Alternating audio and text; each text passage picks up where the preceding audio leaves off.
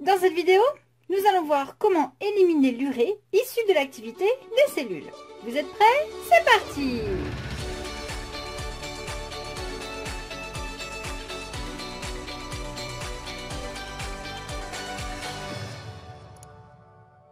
On a résolu notre problème, à savoir comment l'organisme récupère le glucose dans les aliments.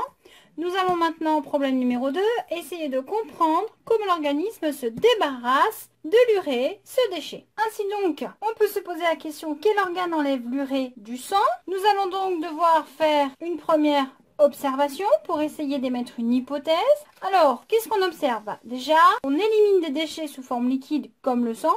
C'est l'urine. On peut donc se dire que l'organe qui fabrique l'urine doit filtrer le sang et mettre les déchets dans l'urine. C'est donc une hypothèse. Nous allons donc devoir vérifier qu'il y a bien dans l'urine les déchets qui se trouvaient dans le sang. Nous allons donc faire une expérience et nous allons réaliser une analyse de l'urine. Voici la constitution de l'urine. Alors vous voyez qu'il y a principalement de l'eau. Je n'ai pas de protéines, ni de glucides, ni de lipides. Par contre, j'ai beaucoup de déchets comme l'urée et j'ai quelques sels minéraux. Donc ici, je suis dans ma phase d'interprétation. Et donc, attention, interprétation, c'est méthodologie. Et en méthodologie, on commence par, on constate que, qu'est-ce qu'on constate? On constate que tous les constituants du sang, on ne retrouve que l'urée et les sels minéraux dans l'urine. Les nutriments restent dans le sang. Donc maintenant, il faut essayer de se poser la question, quel est cet organe qui va filtrer le sang? Vous en avez peut-être une idée, hein? C'est déjà arrivé, vous avez peut-être entendu autour de vous des gens qui ont des calculs rénaux, qui n'arrivent plus d'aller aux toilettes et tout, qui ont mal aux reins, ou alors quand on fait pipi, ça brûle et ça remonte dans le dos. Ce sont les reins qui vont filtrer. Alors, intéressons-nous de plus près aux reins. Donc, si on analyse le sang sortant du rein, on retrouve de l'eau, on retrouve bien les protéines, les glucides, les lipides qui restent bien dans le sang à la sortie du rein. Par contre, dans le rein, il n'y a plus du tout d'urée, 0 g d'urée. Alors que si vous vous souvenez des vidéos précédentes, à la sortie des organes, en général, on a une augmentation d'urée dans le sang. Or là, on a 0 g d'urée. On a donc bien la preuve ici que le rein a prélevé de l'urée. Donc, nous rajoutons à notre phrase, on constate que de tous les constituants du sang, on ne retrouve que l'urée, les sels minéraux dans l'urine, les nutriments restent dans le sang. Déduction, qu'est-ce qu'on en déduit? On en déduit que le rôle du rein est d'éliminer les déchets par l'intermédiaire de l'urine. On peut donc maintenant aller un peu plus loin dans notre hypothèse. Souvenez-vous, on avait dit l'organe qui fabrique l'urine doit filtrer le sang et mettre les déchets dans l'urine. On peut donc remplacer l'organe par le rein. Donc le rein qui fabrique l'urine doit filtrer le sang et mettre les déchets dans l'urine. Nous allons donc faire une autre expérience pour vérifier tout ça. Nous changeons donc d'expérience. J'enlève mes étiquettes et nous passons donc à cette fois une analyse à l'entrée et à la sortie du rein.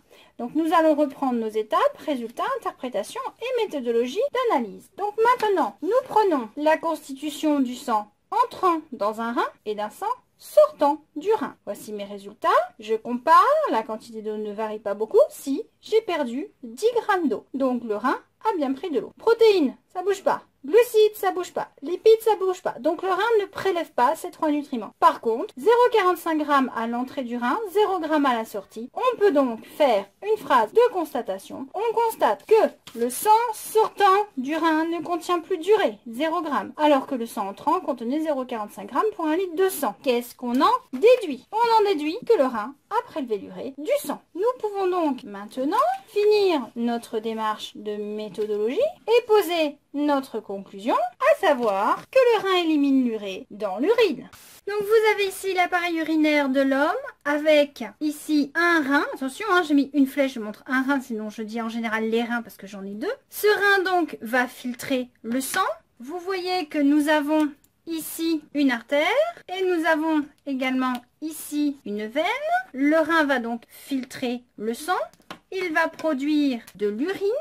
L'urine qui va descendre par un canal qu'on appelle l'urètre.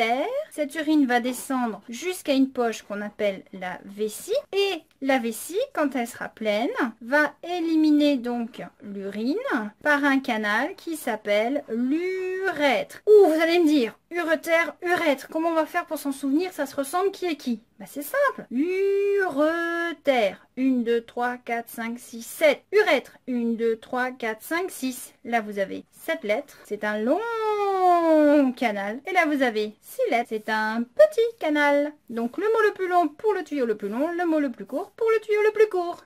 Les mammifères possèdent donc des reins. Ces reins filtrent le sang, accumulent les déchets qui sont l'urée dans cette poche qui est la vessie. Donc on a 2 reins, donc 2 uretères, une seule poche, la vessie. Cette vessie va contenir donc l'urine et quand la poche sera pleine, l'urine va être évacuée. Donc ici nous sommes chez un taureau par le pénis. Voilà, chez la vache, nous aurons donc une évacuation plus vers l'arrière à côté du vagin.